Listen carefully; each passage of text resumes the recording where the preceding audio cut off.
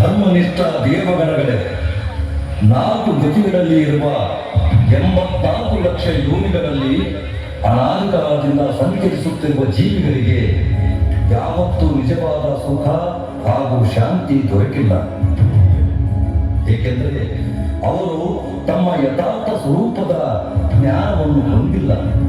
ಅದಿಲ್ಲದೆ ಸಂಸಾರದ ಅಂತ್ಯವಾಗುವುದಿಲ್ಲ.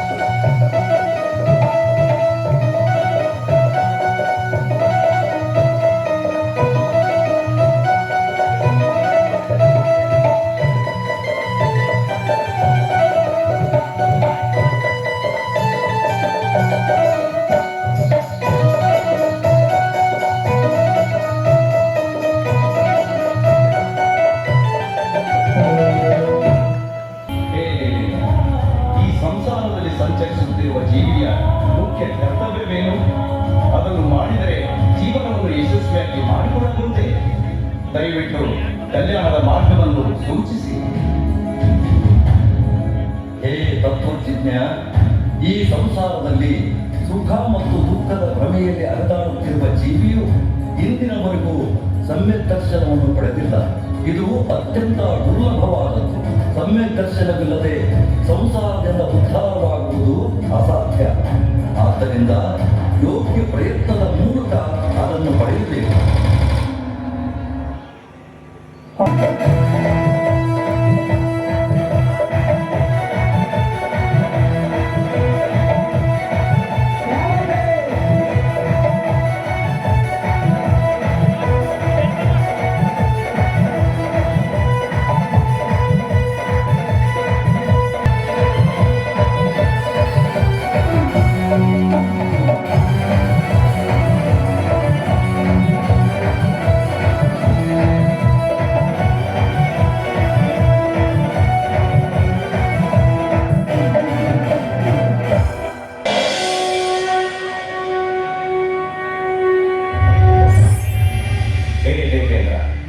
ನೀವು ಮಹಾನ್ ಎಂದು ಹೇಳಿದ ಈ ಸಮ್ಯಕ್ ದರ್ಶನವನ್ನು ಪಡೆಯಲು ಯಾವ ಮಾರ್ಗವಿದೆ? ನಾವು ಎಲ್ಲರೂ ಸಂಸಾರ ಬಂಧನದಿಂದ ಮುಕ್ತಿಯ ಮಾರ್ಗದ ಕಡೆಗೆ ಭಾವನಾಶೀಲರಾಗಿದ್ದೇವೆ. ಹೇ ತತ್ವಜಿಜ್ಞಾನಿ, ಸಮ್ಯಕ್ ದರ್ಶನವನ್ನು ಪಡೆಯಲು ಪರಪದಾರ್ಥಗಳಿಂದ ಸಂಪೂರ್ಣ ಭಿನ್ನವಾದ ಆತ್ಮ ಸ್ವಭಾವದ ಮೇಲೆ ದೃಢವಾದ ಶ್ರದ್ಧೆ ಇರಬೇಕು. ಜೊತೆಗೆ ಜೀವಾದಿ 7 ತತ್ವಗಳು ಹಾಗೂ ದೇವ, ಶಾಸ್ತ್ರ, ಗುರುಗಳ ಮೇಲೆ ಯಥಾರ್ಥ ಶ್ರದ್ಧೆ ಅತ್ಯವಶ್ಯಕ. ಆದ್ದರಿಂದ ಪ್ರತಿಯೊಬ್ಬ ಜೀವಿಯು ಸಮ್ಯಕ್ ದರ್ಶನವನ್ನು ಪಡೆಯಲು ಕಾರಣಗಳನ್ನು ಹೊಂದಬೇಕು.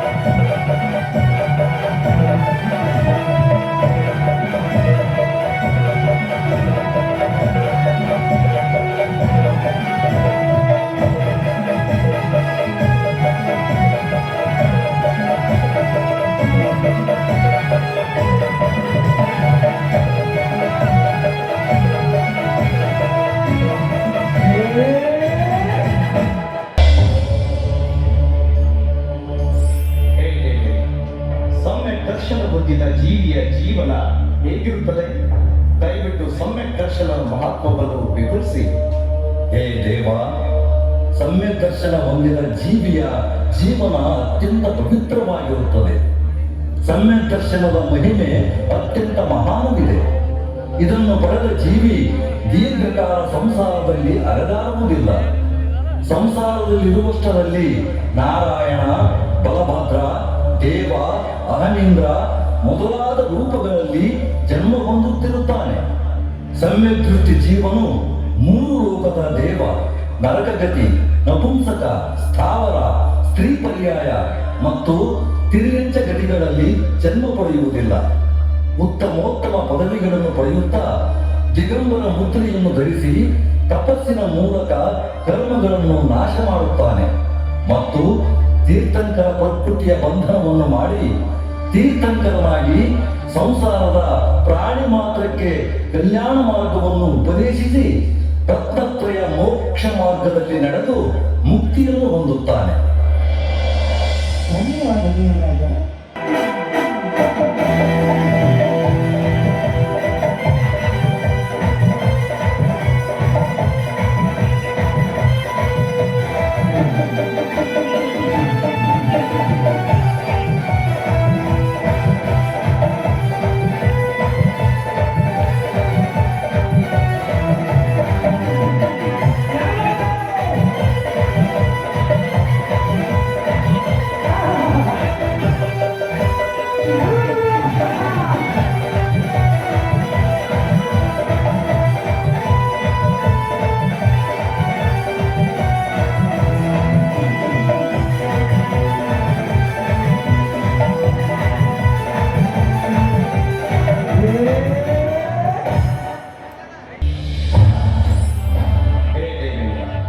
ತೀರ್ಥಂಕರನಾಗಲು ಏನೇನು ವಿಶೇಷ ಕಾರ್ಯ ಮಾಡಬೇಕು? ಸಂಸಾರದ ಎಲ್ಲ ಪ್ರಾಣಿಗಳು ತೀರ್ಥಂಕರರಾಗಲು ಸಾಧ್ಯವೇ? ದಯವಿಟ್ಟು ನನ್ನ ಜಿಜ್ಞಾಸೆಯನ್ನು ಪರಿಹರಿಸಿ. ಹೇ ದೇವ, ಕೇಳು. ಸಮ್ಯಕ್ ದರ್ಶನವನ್ನು ಪಡೆದ ನಂತರ ಯಾವ ಭವ್ಯಾತ್ಮನು ಕೇವಲಿ ಅಥವಾ ಶ್ರುತ ಕೇವಲಿಯ ಪಾಲ ಮೂಲದಲ್ಲಿ ಲೋಕೋಪಕಾರಿ ಸೋಮಹ ಕಾರಣ ಭಾವನೆಗಳನ್ನು ಚಿಂತಿಸುತ್ತಾನೋ ಆ ಭವ್ಯಾತ್ಮನಿಗೆ ತೀರ್ಥಂಕರ ಪ್ರಕೃತಿಯ ಬಂಧನವಾಗುತ್ತದೆ. ದರ್ಶನ ವಿಶುದ್ಧಿ ಮುಂತಾದ ಭಾವನೆಗಳ ಚಿಂತನೆಯಿಂದ ಆತ್ಮದಲ್ಲಿ ವಿಶ್ವದ ಕಲ್ಯಾಣ ಮಾಡುವ ಭಾವನೆಯೊಂದಿಗೆ ಪರಮ ವಿಶುದ್ಧಿ ಉಂಟಾಗುತ್ತದೆ. ಆದ್ದರಿಂದಲೇ ತೀರ್ಥಂಕರ ಪ್ರಕೃತಿಯ ಬಂಧನವಾಗುತ್ತದೆ. ಈ ಅವಕಾಶವು ಕೇವಲ ಮಾನವರಿಗೆ ಮಾತ್ರ ಲಭಿಸುತ್ತದೆ, ಬೇರೆ ಯಾವುದೇ ಜೀವಿಗೆ ಅಲ್ಲ. ಹೇ ದೇವರಾಜ, ಧನ್ಯವಾದ.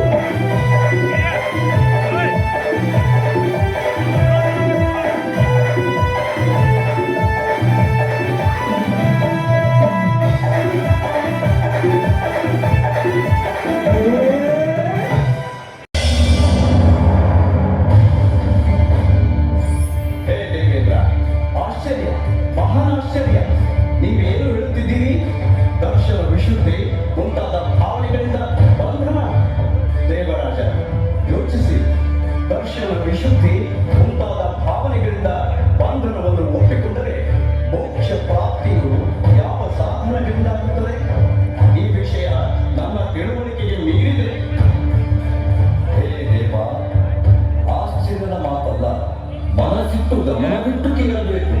ಹೇ ದೇವ, ದರ್ಶನ ವಿಶುದ್ಧಿಯ ಸಮಯದಲ್ಲಿ ಪ್ರಾಣಿ ಮಾತ್ರದ ಕಲ್ಯಾಣ ಮಾಡುವ ರಾಗ ಬರುತ್ತದೆ. ಅದು ಬಂಧನಕ್ಕೆ ಕಾರಣವಾಗುತ್ತದೆ. ದರ್ಶನ ವಿಶುದ್ಧಿಯು ಮೋಕ್ಷಕ್ಕೆ ಮಾತ್ರ ಕಾರಣ, ಬಂಧನಕ್ಕಲ್ಲ. ಧನ್ಯ ಹೋ ಪ್ರಭು, ಧನ್ಯ ಹೋ.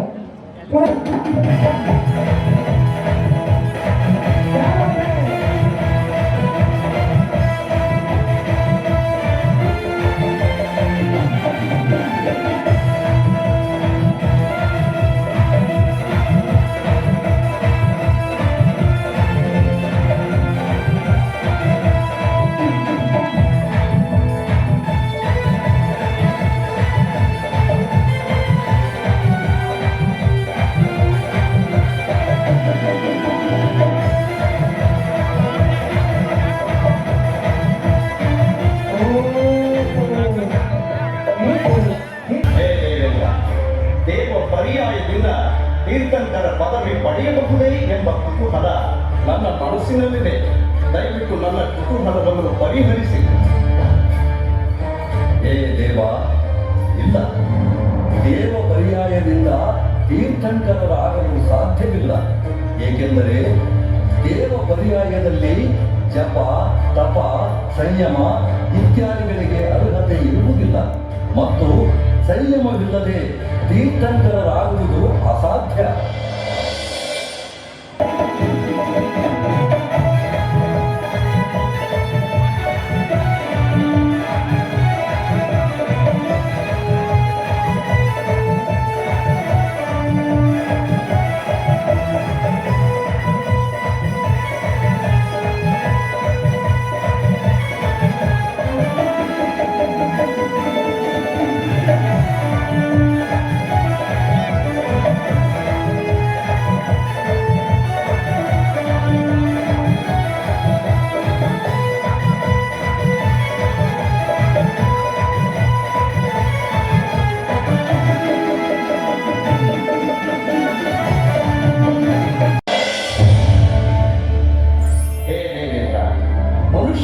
ದೇವ ಪರ್ಯಾಯದಲ್ಲಿ ಯಾವುದು ಶ್ರೇಷ್ಠ? ದಯವಿಟ್ಟು ನನ್ನ ಸಂದೇಹವನ್ನು ಪರಿಹರಿಸಿ. ಹೇ ದೇವ, ಮನುಷ್ಯ ಪರ್ಯಾಯವು ದೇವ ಪರ್ಯಾಯಕ್ಕಿಂತ ಶ್ರೇಷ್ಠವಾಗಿದೆ. ಏಕೆಂದರೆ ಶ್ರಾವಕ ಮತ್ತು ಮುನಿದಶೆ ಮನುಷ್ಯ ಪರ್ಯಾಯದಲ್ಲಿ ಮಾತ್ರ ಇರುತ್ತದೆ. ದೇವತೆಗಳು ಹೊಕಗಳನ್ನು ಧಾರಣೆ ಮಾಡಲು ಸಾಧ್ಯವಿಲ್ಲ. ಮನುಷ್ಯ ಪರ್ಯಾಯದಿಂದಲೇ ಜೀವಿಗಳು ಜಪ, ತಪ, ಸಂಯಮವನ್ನು ಸ್ವೀಕರಿಸಿ ತೀರ್ಥಂಕರರಾಗುತ್ತಾರೆ.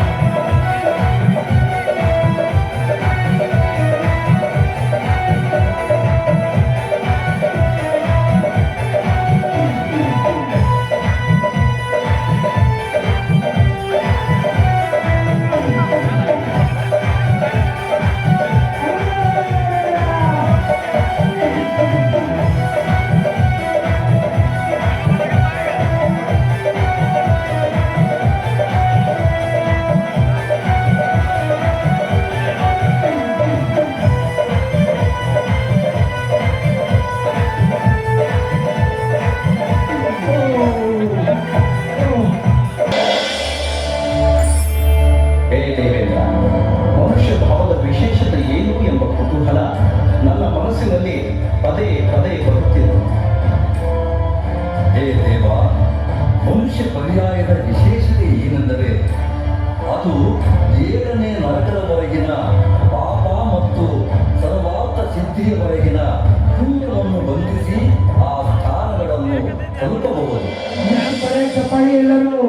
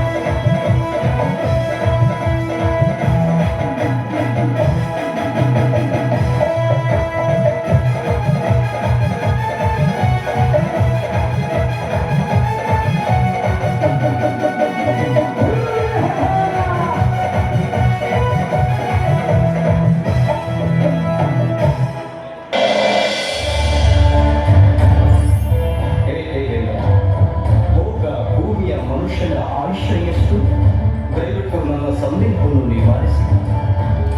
ಹೇ ದೇವ, ಭೋಗ ಭೂಮಿಯ ಮನುಷ್ಯನ ಆಯುಷ್ಯ 1 ಪಲ್ಯ, 2 ಪಲ್ಯ ಮತ್ತು 3 ಪಲ್ಯ ಇರುತ್ತದೆ. ಅದರಿಂದ ಮತ್ತೆ ನಿಧಾನವಾಗಿ ಕಡಿಮೆಯಾಗುತ್ತಾ ಹೋಗುತ್ತದೆ.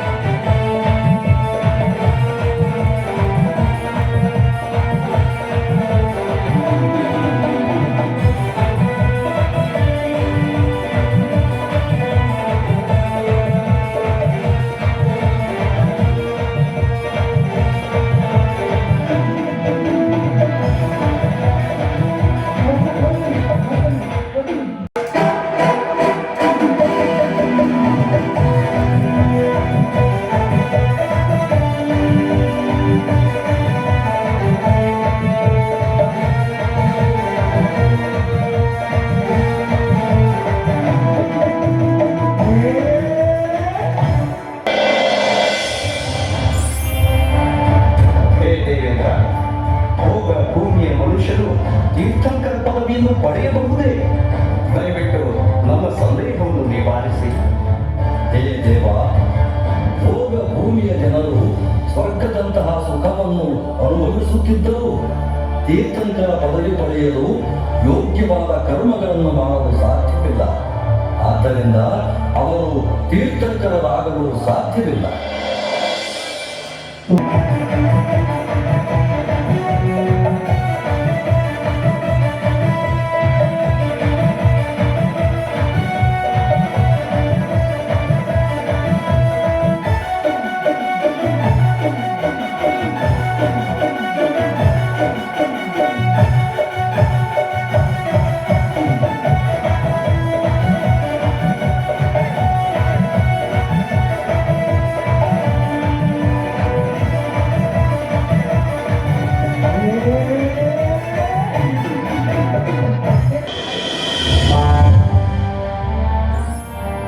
ಹೇ ದೇವೇಂದ್ರ, ಶಾಶ್ವತ ಸುಖವನ್ನು ಹೇಗೆ ಪಡೆಯಬಹುದು? ದಯವಿಟ್ಟು ವಿವರಿಸಿ ಮತ್ತು ನನ್ನನ್ನು ಕೃತಾರ್ಥನನ್ನಾಗಿ ಮಾಡಿ. ಹೇ ದೇವ, ಪುಣ್ಯ ಪಾಪಗಳಿಂದ ಮುಕ್ತವಾದ ವೀತರಾಗ ಭಾವವೇ ಈ ಜೀವಿಗೆ ಶಾಶ್ವತ ಸುಖವನ್ನು ತಂದುಕೊಡಬಲ್ಲದು.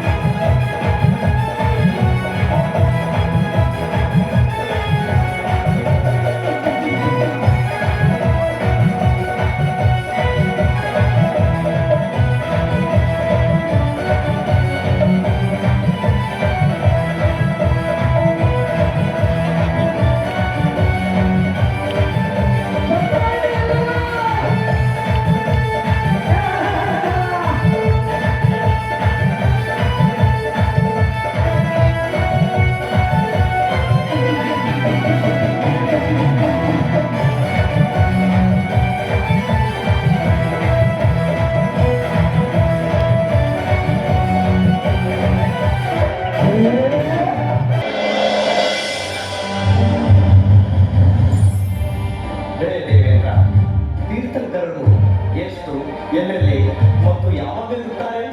ದಯವಿಟ್ಟು ವಿವರವಾಗಿ ನನ್ನ ಕುತೂಹಲವನ್ನು ತೀರಿಸಿ. ಹೇ ದೇವ, ಕಾಲಚಕ್ರದ ಪರಿಭ್ರಮಣವು ನಿರಂತರವಾಗಿ ನಡೆಯುತ್ತಿರುತ್ತದೆ.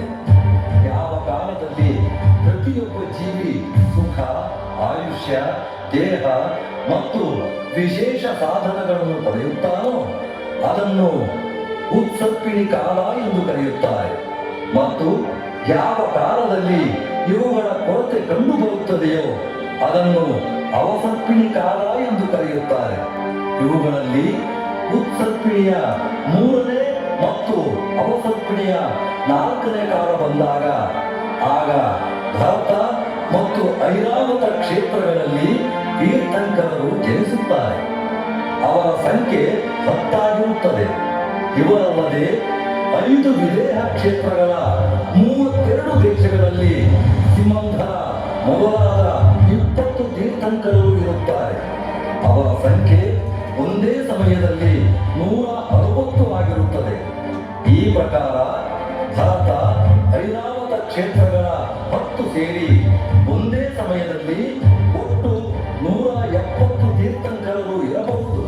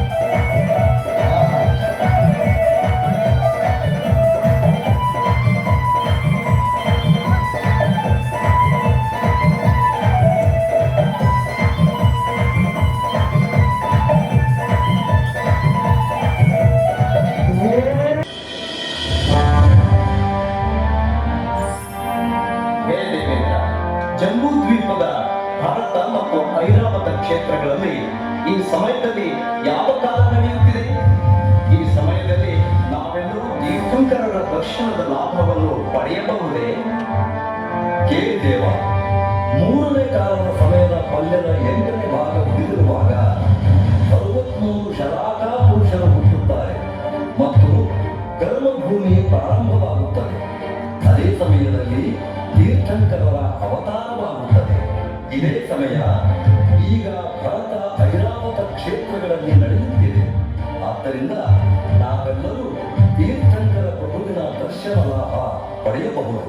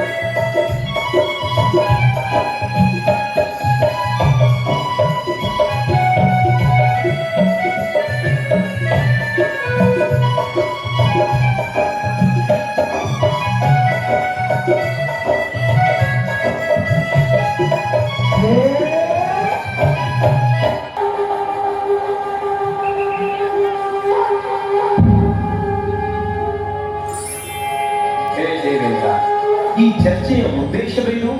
ದಯವಿಟ್ಟು ನನ್ನ ಆಸೆಯನ್ನು ಪೂರೈಸಿ. ಹೇ ದೇವ, ಈ ತತ್ವ ಚರ್ಚೆಯ ಉದ್ದೇಶ ಸಮ್ಯಕ್ ದರ್ಶನ ಪಡೆಯುವುದು. ಪ್ರಭುವಿನ ಪಂಚಕಲ್ಯಾಣ ಮಹೋತ್ಸವಗಳನ್ನು ಆಚರಿಸುವುದು ನಮ್ಮ ವಿಶೇಷ ಆಸೆ.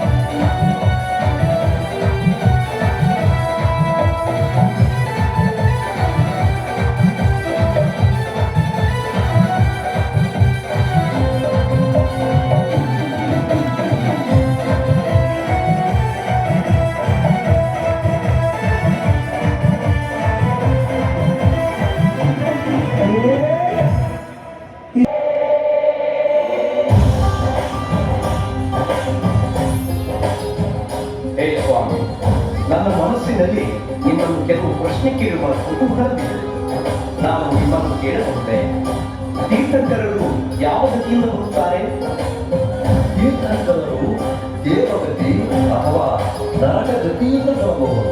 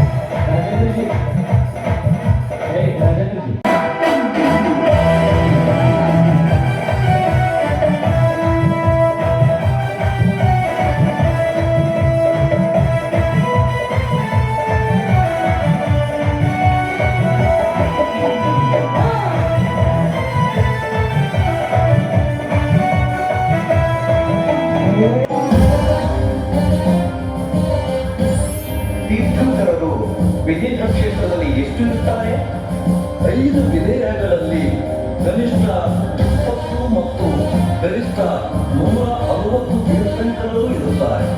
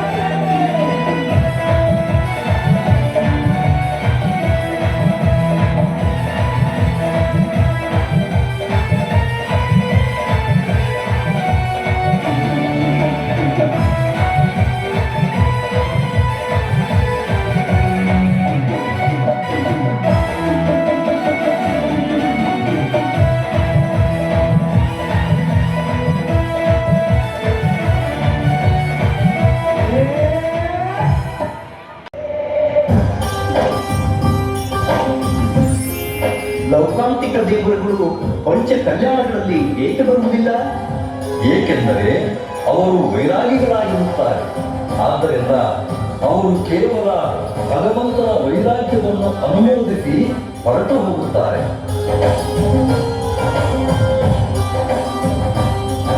ತುಂಬ ಧನ್ಯವಾದ ದೇವರ.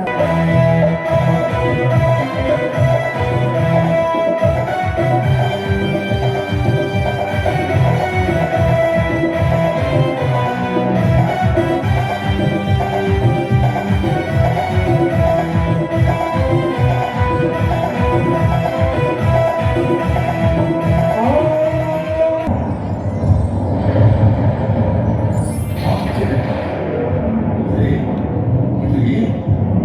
ಅತ್ಯಂತ ಆಶ್ಚರ್ಯ. ಸಿಂಹಾಸನ ಕಲ್ಪಿಸಲು ಕಾರಣವೇನು?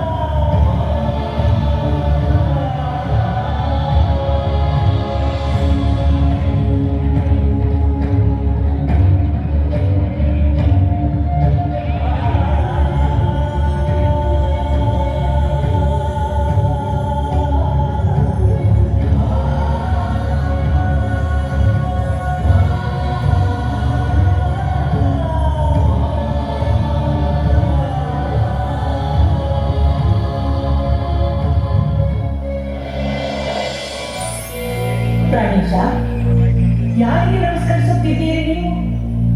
ಇವರು ಯಾರು? ಎಲ್ಲಿದ್ದಾರೆ? ತಮ್ಮ ಅಂತರಂಗದ ಕೋಣೆಯಲ್ಲಿ ಆಸೀನರಾಗಿದ್ದಾರೆ. ಇಲ್ಲಿ ಯಾರೂ ಕಾಣುತ್ತಿಲ್ಲ. ಆಸನ ಬಿಟ್ಟು ಯಾರಿಗೆ ನಮಸ್ಕರಿಸುತ್ತಿದ್ದೀರಿ ನೀವು? ಆಶ್ಚರ್ಯ. ಪ್ರಿಯೆ, ಆಶ್ಚರ್ಯ ಪಡಬೇಡ. ನನ್ನ ತಲೆ ಆ ಮಹಾಶಕ್ತಿಯ ಮುಂದೆ ಮಾತ್ರ ಬಾಗುತ್ತದೆ ಎಂದು ನಿನಗೆ ತಿಳಿದಿದೆ. ಇದರಲ್ಲಿ ಸಂಸಾರದ ಅನಂತ ಪ್ರಾಣಿಗಳಿಗೆ ಮೋಕ್ಷ ಮಾರ್ಗವನ್ನು ತೋರಿಸುವ ಸಾಮರ್ಥ್ಯವಿದೆ. ವಿಷಯ ವಿಕಾರಗಳಿಂದ ಮೇಲಕ್ಕೆದ್ದು ಯಾರ ಅಂತರಂಗವು ಅತೀಂದ್ರಿಯ ಸುಖಗಳ ಭಂಡಾರವಾಗಿರುತ್ತದೆ, ಅಂತಹ ಮಹಾಪುರುಷನಿಗೆ ಹೃದಯಪೂರ್ವಕವಾಗಿ ನಮಸ್ಕರಿಸುತ್ತೇನೆ. ಆದರೆ ನಾಥ, ಇಲ್ಲಿ ನನಗೆ ಯಾವ ಮಹಾಪುರುಷನೂ ಕಾಣುತ್ತಿಲ್ಲ. ಪ್ರಿಯೆ, ವಿದೇಹ ಕ್ಷೇತ್ರದಲ್ಲಿ ಇರುವ 20 ತೀರ್ಥಂಕರರ ಭಗವಂತರು ಭವ್ಯರ ಅಜ್ಞಾನದ ಕತ್ತಲೆಯನ್ನು ದೂರ ಮಾಡುತ್ತಿರುವಂತೆಯೇ ಭರತ ಮತ್ತು ಐರಾವತ ಕ್ಷೇತ್ರದಲ್ಲೂ 24 ತೀರ್ಥಂಕರರು ಅವತಾರ ತಾಳಿ ಪ್ರಾಣಿಗಳ ಸಂಸಾರ ಭ್ರಮಣವನ್ನು ಹೋಗಲಾಡಿಸುವ ಮಾರ್ಗದರ್ಶನ ನೀಡುವರು. ಹೇ ಇಂದ್ರಗಣರೇ, ಜಂಬೂ ದ್ವೀಪದ ಭರತ ಕ್ಷೇತ್ರದಲ್ಲಿ ಮಹಾರಾಜ ನಾಗರಾಜನ ಮನೆಯಲ್ಲಿ ಅವರ ಪ್ರಾಣವಲ್ಲದೆ ಮಹಾರಾಣಿಯ ಪವಿತ್ರ ಗರ್ಭದಲ್ಲಿ ಇಂದಿನಿಂದ 6 ತಿಂಗಳ ನಂತರ ಪ್ರಥಮ ತೀರ್ಥಂಕರರ ಆತ್ಮವು ಅವತರಿಸುವುದು.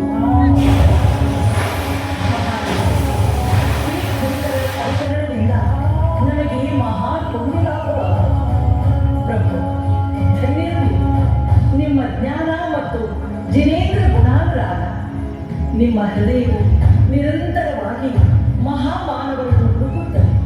ಅದಕ್ಕಾಗಿಯೇ ನಿಮ್ಮನ್ನು ಸ್ವರ್ಗದ ಇಂದ್ರ ಎಂದು ಪರಿಗಣಿಸಲಾಯಿತು. ಹೌದು ದೇವಿ, ನಾವು ಇಷ್ಟೊಂದು ಪುಣ್ಯವನ್ನು ಸಂಗ್ರಹಿಸಿದ್ದೇವೆ. ಖಂಡಿತವಾಗಿಯೂ ನಾವು ಒಂದು ಜನ್ಮದ ನಂತರ ಮೋಕ್ಷವನ್ನು ಪಡೆಯುತ್ತೇವೆ. ಲೋಕಪಾಲ ದೇವ, ಹಾ ದೇವರಾಜ್. ನಿಮ್ಮ ಆಜ್ಞೆ ದೇವೇಂದ್ರ. ದೇವ, ನೀವು ಬೇಗ ಹೋಗಿ ಈ ಸುಧರ್ಮ ಸಭೆಯಲ್ಲಿ ನನ್ನ ಪರಮ ಸ್ನೇಹಿತ ಸಮಾನ ಖಜಾಂಚಿ ಧನಪತಿ ಕುಬೇರನನ್ನು ತಕ್ಷಣ ಆಹ್ವಾನಿಸಿ. ನಿಮ್ಮ ಆಜ್ಞೆ ದೇವೇಂದ್ರ. ನಾನು ಈಗ ಗಾಳಿಯ ಮಾರ್ಗದಿಂದ ಹೋಗಿ ಸಮರ್ಥ ಖಜಾಂಚಿ ಗಣಪತಿ ಕುಬೇರ ಮಹಾರಾಜನನ್ನು ಸುಧರ್ಮ ಸಭೆಯಲ್ಲಿ ಗೌರವದಿಂದ ಹಾಜರುಪಡಿಸುತ್ತೇನೆ.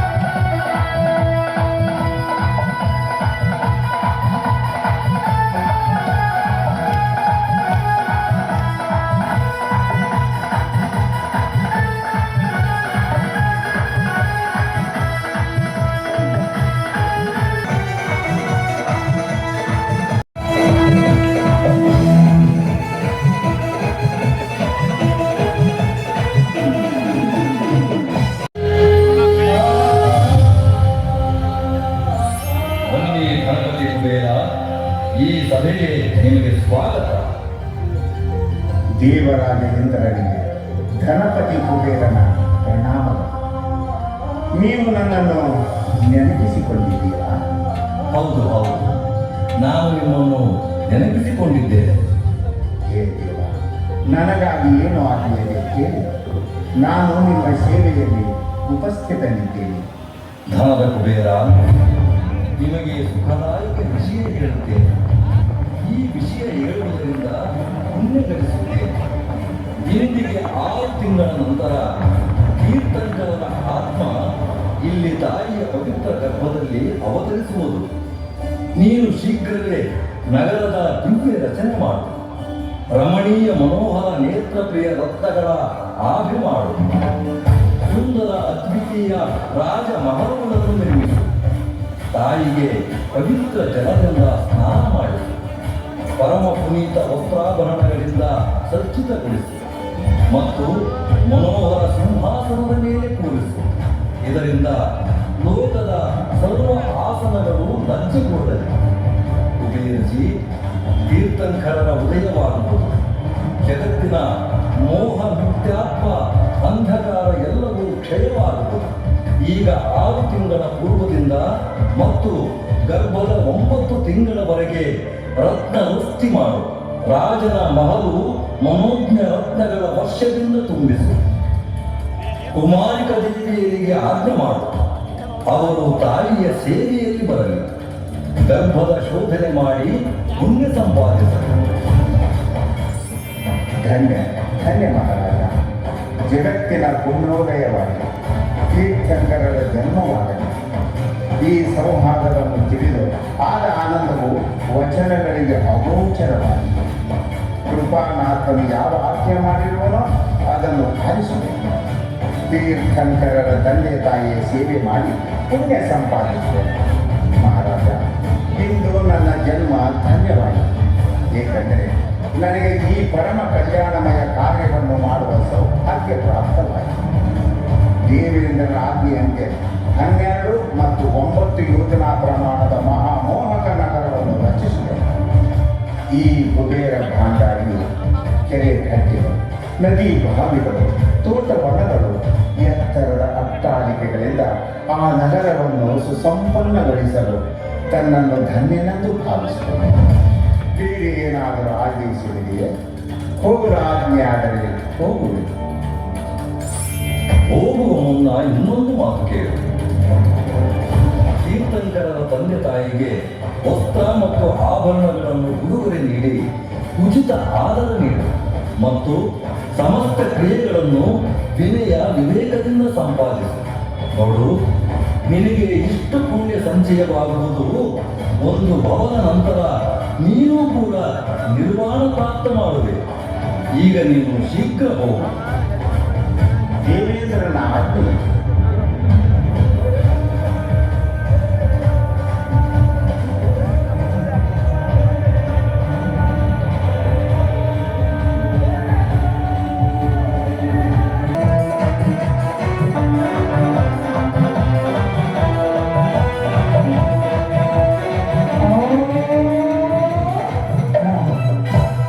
गणपति कुबेर मध्य लोक में प्रस्थान होते हैं और मध्य लोक में आकर के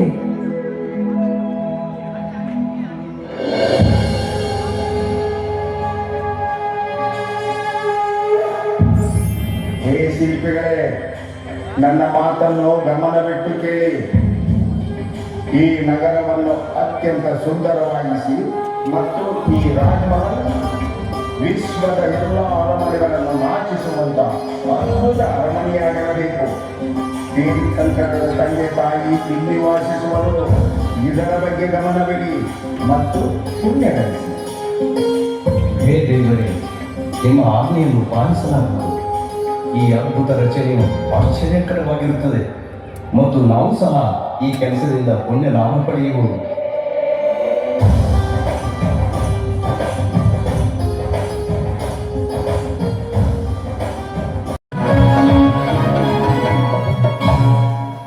ಬರಬೇಕು. ಮಾತಾಪಿತರನ್ನ ಕುಬೇರ ದಂಪತಿಗಳು ಅತಿ ಆದರದಿಂದ ಭಕ್ತಿ ಭಾವದಿಂದ ಆ ಮಹಲಿನಲ್ಲಿ ಅವರನ್ನ ಪ್ರವೇಶ ಮಾಡ್ತಾ ಇದ್ದಾರೆ. ಮಾತಾಪಿತರು ಸ್ವಾಗತ ಸುಸ್ವಾಗತ. आइए महाराज, स्वागत है आपका, स्वागत है महाराज, स्वागत है। ಬನ್ನಿರಿ ಬನ್ನಿರಿ. ತಮ್ಮ ಸಿಂಹಾಸನ ಮೇಲೆ ರತ್ನ ಖಚಿತ ಸಿಂಹಾಸನ, ರತ್ನ ಖಚಿತ ಸಿಂಹಾಸನದ ಮೇಲೆ ಗಣಪತಿ ಕುಬೇರ ಆ ಮಹಲವನ್ನು ಸುಂದರವಾಗಿ ರಚನೆ ಮಾಡಿ, ಯಾವ ತಾಯಿಯ ಉದರದಲ್ಲಿ ಜೀವ ಬರುತ್ತದೆಯೋ ಆ ನಗರ ಸುಂದರವಾಗಿರಬೇಕು, ಶ್ರೀಮಂತವಾಗಿರಬೇಕು, ಧನಧಾನ್ಯ ಸಮೃದ್ಧಿ ಆಗಿರಬೇಕು. ಆ ಭೂಮಿ ಮೇಲೆ ಯಾವ ಜೀವವೋ ದೀನ ದಲಿತ ಬಡವ ಬಲ್ಲಿದ ಇರಬಾರದು ಅಂತ ಹೇಳಿ ಸೌಧರ್ಮದ ಕುಬೇರನಿಗೆ ಆಜ್ಞೆ ಮಾಡಿ ಆ ನಗರವನ್ನೆಲ್ಲ ಸುಂದರವಾಗಿ ರಚನೆ ಮಾಡು. ಮೂರು ಲೋಕದ ಜನಬಾಲಕ ತಾಯಿಯ ಗರ್ಭದಲ್ಲಿ ಬರುವುದಿದ್ದಾನೆ ತಿಳಿದು ಒಂದಲ್ಲ ಎರಡಲ್ಲ, ತಾಯಿಯ ಗರ್ಭದಿಂದ ಬರುವುದಕ್ಕಿಂತ ಮುಂಚೆ 6 ತಿಂಗಳು, 9 ತಿಂಗಳು ಸತತವಾಗಿ 15 ತಿಂಗಳವರೆಗೆ ಆ ಮಾತೆಯ ಮಹಲಿನ ಮೇಲೆ ರತ್ನವೃಷ್ಟಿಯನ್ನು ಮಾಡಲಿಕ್ಕೆ ಕಾತರನಾಗಿರುತ್ತಾನೆ. ಮಾತಾಪಿತರಿಗೆ ಈಗ ಕುಬೇರ ದಂಪತಿಯರು ಸುಂದರವಾದಂತ ರತ್ನ ಖಚಿತವಾದಂತ ಸಾಕಷ್ಟು ವಸ್ತು ಒಡವೆಗಳನ್ನ ಅರ್ಪಣೆ ಮಾಡ್ತಾ ಇದ್ದಾರೆ ಚಪ್ಪಾಳೆಯೊಂದಿಗೆ.